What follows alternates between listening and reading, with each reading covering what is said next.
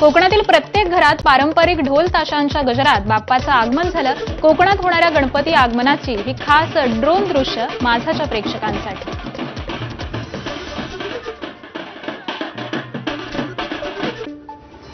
रत्नागिरीत बोटीतून गणपतीचं आगमन। संगमेश्वर तालुक्यातील करजुवेमध्ये बोटीनं गणपती आणले जातात। परंपरा जपण्यासाठी बोटीतून गणपतीचं आगमन होतं।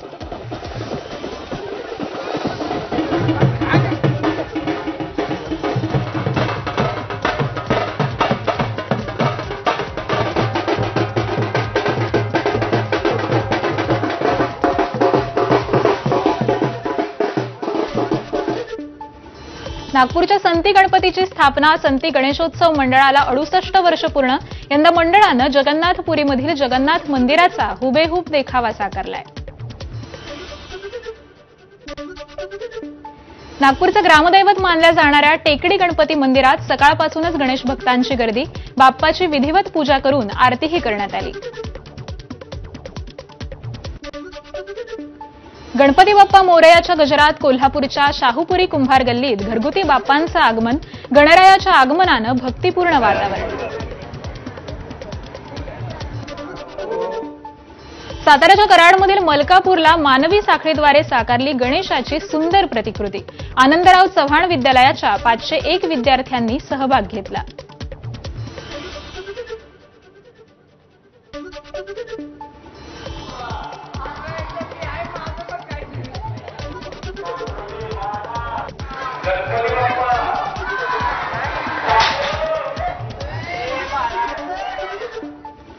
सणासुदीच्या काळात चांदीचे भाव गगनाला। बुलडाण्याच्या खामगावमध्ये चांदीच्या गणेश मूर्तींची मागणी 40% घसरली आहे।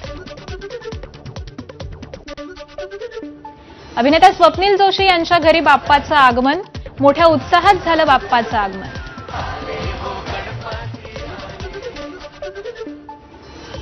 बॉलिवूड अभिनेता सोनू सूद याच्या घरीही बाप्पाचं आगमन। सोनू सूद यांच्या मुंबईतील घरी बाप्पा विराजमान।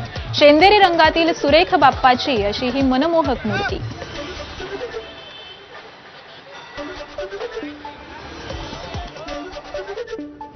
हास्यकलाकार भारती सिंगच्या घरी गणरायाचं आगमन। भारती सिंग आणि त्यांचे पती हर्ष लिंबाचिया यांनी बाप्पाची आरतीही केली।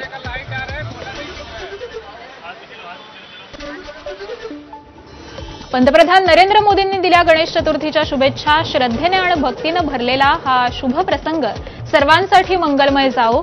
सर्व भक्तांना आनंद, शांती आणि चांगलं आरोग्य प्रदान करण्याची बाप्पाचरणी प्रार्थना। गणेशोत्सवाच्या पहिल्याच दिवशी नंदुरबार शहर पोलिसांच्या वतीनं पथसंचलन। शहरातील संवेदनशील भागात पोलिसांकडून रूट मार्च।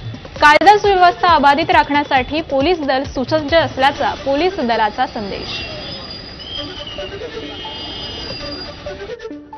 कोकण रेल्वे मार्गावर धावणाऱ्या गाड्या 1.5 ते 2 तास उशिरा धावणाऱ्या गाड्यांमुळे कोकणवासियांना फटका बसतोय।